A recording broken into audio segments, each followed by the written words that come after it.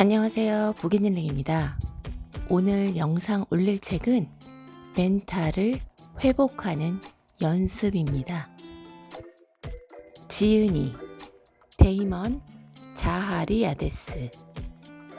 미국의 떠오르는 자기계발 멘토. 신간을 출간할 때마다 무조건 믿고 사고 주변의 홍보를 지지하는 열혈 골수팬을 확보하여 화제를 불러일으키고 있다.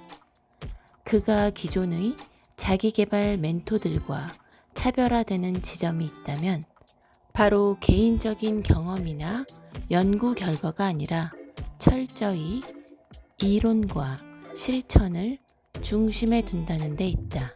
가슴을 뛰게 하는 화려한 동기부여 연설보다 실제로 독자가 삶을 바꿀 수 있게 실용적인 방법을 제공하는 것이 더 유용하다고 믿기 때문이다. 그는 직업 강연이나 워크숍을 하지 않고 오로지 책으로만 독자들과 소통하는 비밀에 쌓인 저자로 알려져 있다. 들어가며 부정적인 감정은 저마다의 고통스러운 기억에서 비롯된다. 마음 아픈 상실이나 어긋난 기대, 꿈이 산산조각나면서 자라난 견디기 힘든 실망감 때문이기도 하다. 매일 우리를 괴롭히는 스트레스와 위기로 인한 분노, 억울함, 좌절감이 원인일 때도 있다. 그런데 이런 부정적인 생각과 감정은 마음가짐과 건강, 인간관계에 악영향을 준다. 매사에 최선을 다하지 못하게 가로막고 사고방식을 왜곡하며 원하는 것을 향해 힘껏 달려가야 하는 순간에 머뭇거리게 만든다.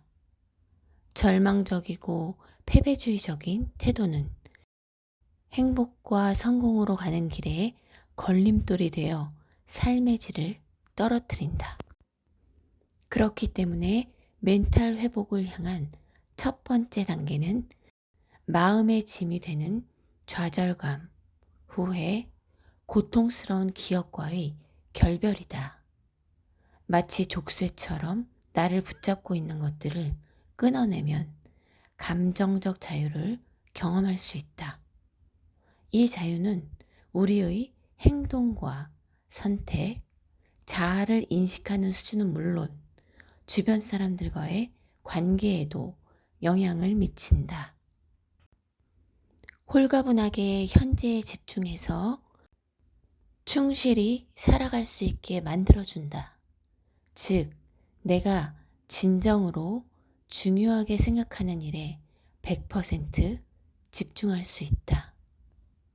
이런 측면에서 놓아버린다는 것은 포기나 회피가 아니라 능동적이고 적극적인 결단이자 행동이다.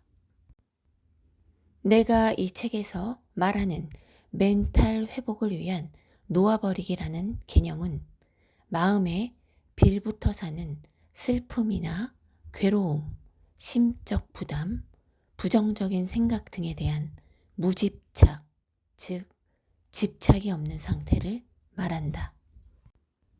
그런데 이 부정적인 생각과 감정은 우리가 생각했던 것보다 훨씬 오래된 것이라서 우리 자신의 일부가 되기도 한다.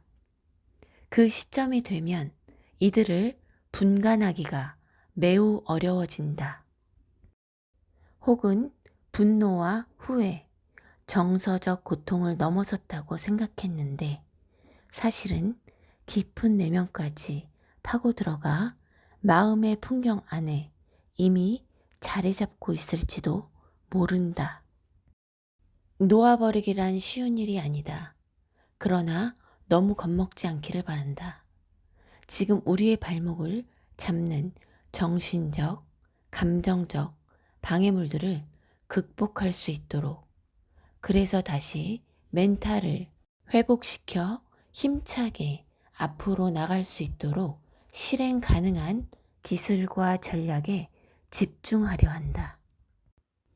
당신이 미련을 내려놓고 정신적, 감정적, 신체적, 심지어 영혼의 자유까지 만끽할 수 있는 도구들을 이 책에서 얻어가길 간절히 바란다. 진정한 자유를 쫓을 준비가 되었다면 소매를 걷어붙이고 시작해보자. 파트 1. 무너진 멘탈을 회복시킨다는 것의 의미. 인생을 살아가면서 후회를 피할 순 없다. 사람은 누구나 실수를 한다. 잘못된 선택을 하기도 한다. 우리는 중대하고 의미 있는 상실을 경험하며 그걸 우리 힘으로 막을 수 있다고 믿지만 대부분은 그렇지 않다. 그렇다고 해서 후회에 아무런 가치가 없는 것은 아니다. 후회는 삶의 보탬이 된다. 우리에게 가르침을 주고 똑같은 실수와 잘못된 선택을 되풀이하지 않도록 도와준다. 하지만 마음속에서 덧나게 두고 과거의 잘못을 거듭해서 떠올린다면 후회는 감정의 방해물이 될 것이다. 그러다가 결국 우리는 머릿속에서 거짓된 이야기를 꾸며낸다. 나는 올바른 선택을 할 수 없고 그래서 원하는 것을 얻을 자격이 없다는 말로 자신을 납득시킨다. 이런 상황이 되면 우리는 벽에 가로막힌다. 실망하고 좌절하고 스트레스를 받는다. 가장 최악의 상황은 현재의 궁지가 오롯이 자기 잘못이며 긍정적 변화를 일으킬 수 없다고 믿는 것이다. 그렇게 무력해지고 만다. 후회를 통해 앞으로 나아가는 것이 아니라 지금의 자리에 주저앉아 버리게 된다. 상처받고 약해진 멘탈을 다시 회복시키고 싶다면 일단 과거에서 비롯된 후회와 미련을 모두 놓아버려야 한다. 그러고 나면 불필요한 죄책감과 자책에서 벗어나 마침내 자신의 관심사와 바람을 추구할 수 있다. 나는 좋은 결과를 얻을 수 있으며 무엇보다 그 결과가 대부분 나의 통제 아래에 있다는 기대를 가지고 인생을 살아갈 수 있다. 파트 2. 고통스러운 과거를 놓지 못하게 만드는 나쁜 생각들. 내 멘탈에 도움이 되지 않는 과거에 집착하지 않기를 마음 먹는 건 쉽다. 고통스러운 기억과 부정적인 감정에서 벗어나겠다는 결심 자체는 어려운 일이 아니다. 하지만 이를 실제로 행동에 옮기는 건 또 다른 문제다. 스트레스를 주는 다양한 생각과 감정, 기억을 내려놓지 못하게 하는 나쁜 생각과 원인들이 있을 수 있는데 어떤 원인은 단번에 납득할 수 있을 것이다. 또는 현재 당신이 어떠한 문제나 괴로움을 놓아버리지 못하는 이유를 발견할 수도 있다. 어떤 원인은 익숙하지 않거나 심지어 이상하다고 느낄 수도 있다. 하지만 자세히 들여다보면 이 또한 당신을 힘들게 하는 원인이었다는 사실을 깨달을 것이다. 일단 우리의 마음이 놓아버리기를 거부하는 이유를 알아야 이러한 반발심을 해소하기 위한 고되지만 보람찬 과정의 첫 발을 내디딜 수 있다. 그리고 비로소 과거를 향한 정서적 집착은 물론 이에 수반하는 고통과 스트레스, 괴로움을 놓아주기를 제대로 시작할 수 있다. 파트 3. 발목 잡는 과거를 끊어내고 거침없이 나아가기 위한 21가지 전략. 앞으로 살펴볼 전략은 우리가 바꿀 수 없는 것에 대해 느끼는 후회, 죄책감, 자기 비난의 마음을 멈추는 데 도움이 된다. 회한과 수치심, 불만의 감정이 서서히 자기 연민으로 대체될 것이다. 또한 자기 공감, 인내, 용서에 주목하는 사고방식도 기를 수 있다.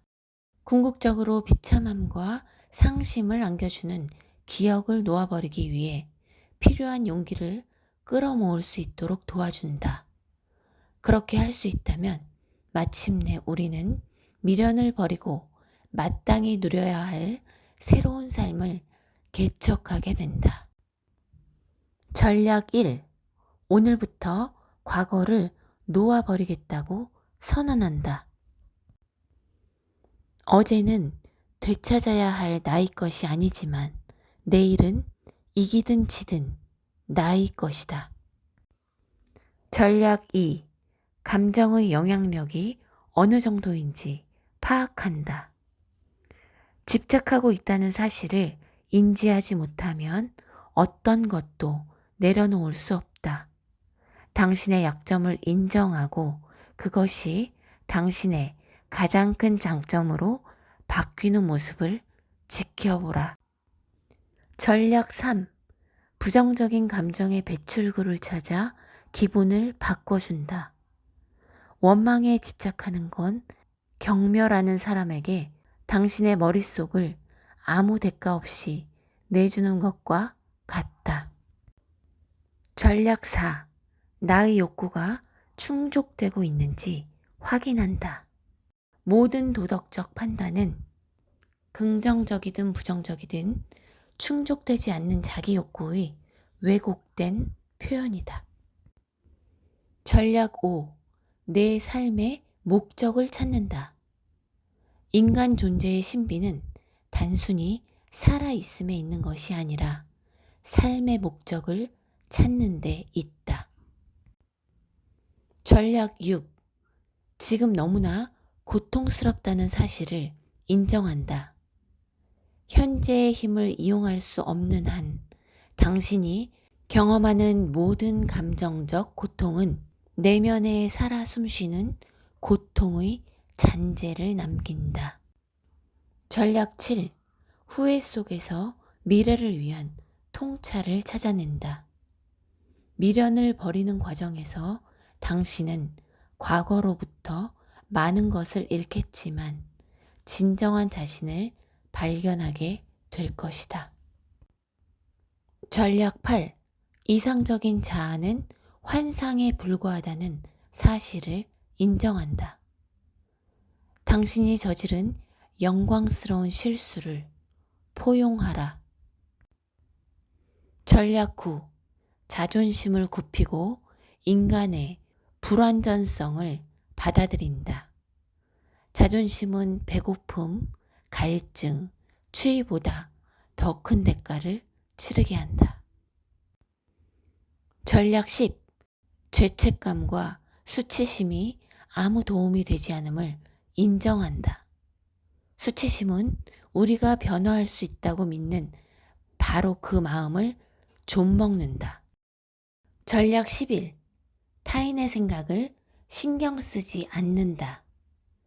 다른 사람이 나를 어떻게 생각할지 걱정하는 순간 나는 그들의 포로가 된다.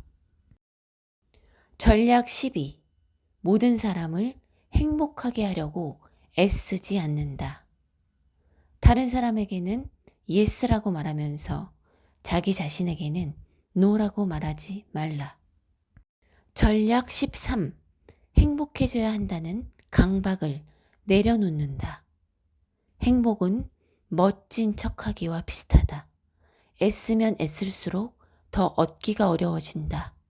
그러니 행복해지려고 애쓰지 말고 현재 삶에 충실하라. 전략 14.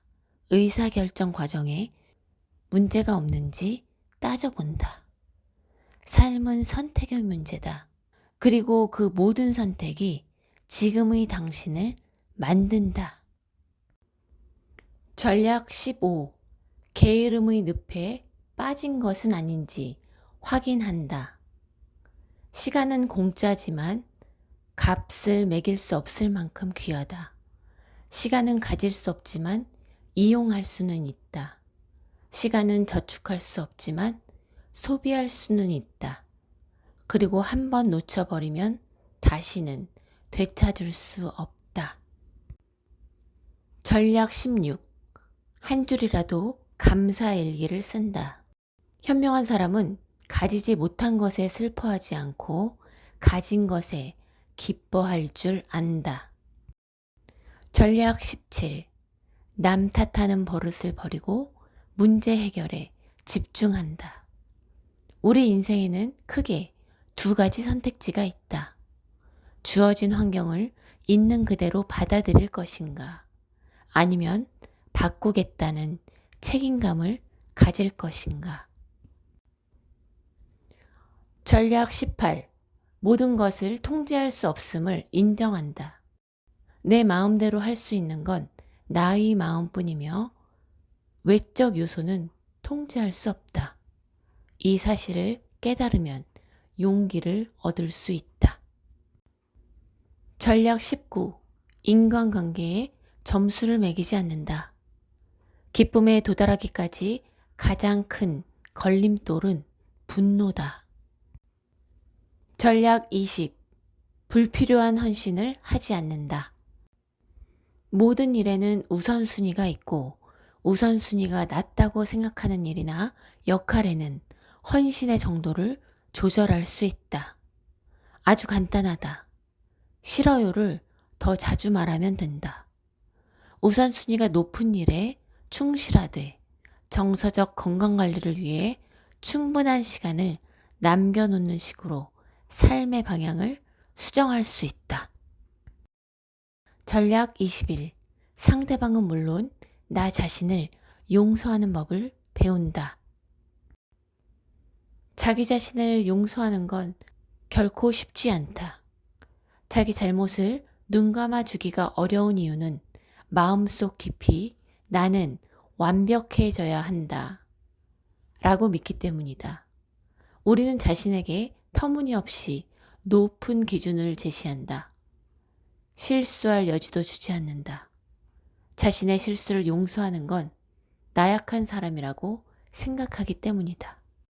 제대로 할 수 있는 일이 아무것도 없다는 생각이 들 정도로 자존감을 계속 공격할 뿐이다. 다른 사람을 용서하는 마음을 받아들이면 과거의 상처로부터 더 쉽게 벗어날 수 있다. 그런데 용서한다고 해서 우리를 대하는 그들의 행동이 반드시 바뀌는 것도 아니다. 하지만 우리가 느끼는 괴로움과 분노를 내려놓을 수 있다. 용서 그 자체가 보답이다. 가장 중요한 점은 용서를 통해 감정적 고통을 끝낼 수 있다는 사실이다. 보너스 전략 1. 멘탈이 강해지는 과정이라고 생각한다. 감정 다양성은 괴로운 기억, 아픈 후회, 서운함을 놓아버릴 수 있는 밑바탕이 된다. 주어진 환경에 더 잘 적응하고 머릿속을 가득 채울 수 있는 부정적인 생각과 감정으로부터 쉽게 회복할 수 있다. 감정 다양성을 많이 가졌다는 건 멘탈을 회복했던 경험이 많고 그만큼 강한 멘탈이라는 이야기이기도 하다. 현재 당신이 지금 많이 힘든 상황이라고 해도 이 위기를 넘기고 나면 멘탈은 더 강해질 것이다. 보너스 전략 2. 기대가 충족되지 않아도 현실을 받아들인다. 기대를 적절히 관리해야 기대감이 우리를 지배하지 않을 것이며 그 과정에서 정신 건강도 해치지 않는다. 쉽지는 않을 것이다. 어느 정도 시간도 필요하다. 하지만 기꺼이 시간과 노력을 투자한다면 기대감을 잘 관리함으로써 일이 계획한 대로 흘러가지 않아도 감정적 혼란을 줄일 수 있다. 보너스 전략 3. 내면의 비평가에게 그거 사실이야? 라고 되묻는다. 나쁜 일이 일어나면 뇌는 종종 자기에게 책임이 있다는 이야기를 만들어내곤 하기 때문에 자기 성격이 불행한 사건의 원인이라는 생각이 들 수 있다. 바로 이때 우리의 뇌는 이야기의 정확성에는 관심이 없다는 사실을 떠올려야 한다. 뇌는 그저 이야기의 인과관계를 찾고 싶어 할 뿐이다. 시험을 망쳤다고 해보자. 우리의 뇌는 하나 또는 여러 개의 이유를 찾기 위해 이야기를 만들기 시작한다. 여기에는 우리가 멍청하고 집중력이 부족하고 아니면 그냥 시험을 잘 못 본다는 생각이 들어 있을 수 있다. 그 생각을 받아들이면 그것이 자기 정체성이라고 잘못 판단할 수 있고 자기 비난과 절망으로 이어질 것이다. 하지만 머릿속 이야기에 의문을 가지면 사실이 아니라는 점을 금세 눈치챌 수 있다. 시험을 망친 건 너무 피곤했거나 스트레스를 받아서 아니면 내용을 잘못 이해했기 때문이다. 의심을 품으면 이야기의 부정확함이 드러난다. 거짓이라는 사실을 알게 되면 소위 단점이라고 생각했던 문제를 향한 집착을 덜 수 있다. 불운한 사건을 마음에서 내려놓을 수 있다. 나오며 과거에 집착하는 건 자연스러운 현상이다. 우리는 좋았던 순간을 애정어린 마음으로 기억하면서 진정한 기쁨과 행복을 가져다 주었던 사건을 머릿속에서 되새긴다. 힘들었던 순간을 아쉬움을 담아 떠올리면서 슬픔과 분노 또는 외로움을 곱씹고 되풀이해서 회상한다. 기억은 우리 삶에 지식을 전달한다. 과거로 돌아가 깨달음을 얻고 현재 또는 미래에서 그 통찰을 이용한다. 그래서 흔히 과거에서 배운다라고 말한다. 하지만 우리는 쉽게 과거에 갇혀버린다. 고통스런 기억, 그 기억으로 인한 부정적 감정이 우리를 괴롭히고 발목을 붙잡는다. 이 감정을 그대로 놔두면 젖은옷처럼 우리에게 달라붙어서 돌이킬 수 없는 과거에 집착하게 된다. 후에는 영원한 동지가 되어 진정한 감정의 자유를 즐기지도 못한다. 내가 이 책을 쓴 건 당신이 이러한 억압에서 벗어나 불필요하게 고통스러운 심리적 작용을 무너뜨릴 수 있도록, 그래서 멘탈을 회복시킬 수 있도록 돕기 위해서였다. 끈질긴 자기 비난과 질책의 목소리를 침묵시키고 자신에게 연민과 동정, 참을성을 보여줄 수 있는 도구를 전달하고 싶었다. 이것이야말로 건강한 인간관계와 만족스러운 직장생활, 그리고 결국에는 더 생산적이고 보람찬 인생을 즐기기 위한 길이라는 점을 확신한다. 마지막으로 한 가지 더 덧붙이고 싶다. 화가 나고 우울하고 삶에 억압당하는 느낌이 들 때마다 멘탈이 조각조각 나서 끌어모을 힘도 없다고 느낄 때마다 이 책을 다시 찾아오기 바란다. 반드시 책 전체를 다시 읽어야 할 필요는 없다. 간단히 차례를 훑어보고 그 순간 당신의 마음을 울리는 부분을 들춰보기 바란다. 당신이 소망하고 마땅히 누려야 할 모든 행복을 만끽하길 기원한다. 인생의 모든 여정을 즐겨라. 끝없는 경기 침체로 역대 최악의 시기를 겪고 있는 전미 독자들의 삶을 변화시킨 이 책은 아마존 독자들의 열광적인 극찬이 있었다고 합니다. 나이가 적던 많던 내가 원하는 삶을 살아가는데 도움이 되지 않는 신념과 습관이 있다는 건 인생의 걸림돌이 될 뿐입니다. 매번 넘어질 것인가, 이제는 넘어설 것인가, 바로 당신이 결정할 수 있어야 합니다. 그럼 저는 오늘 여기서 마무리하고 다음에 또 좋은 책으로 찾아뵙겠습니다. 오늘도 함께 해주셔서 감사합니다.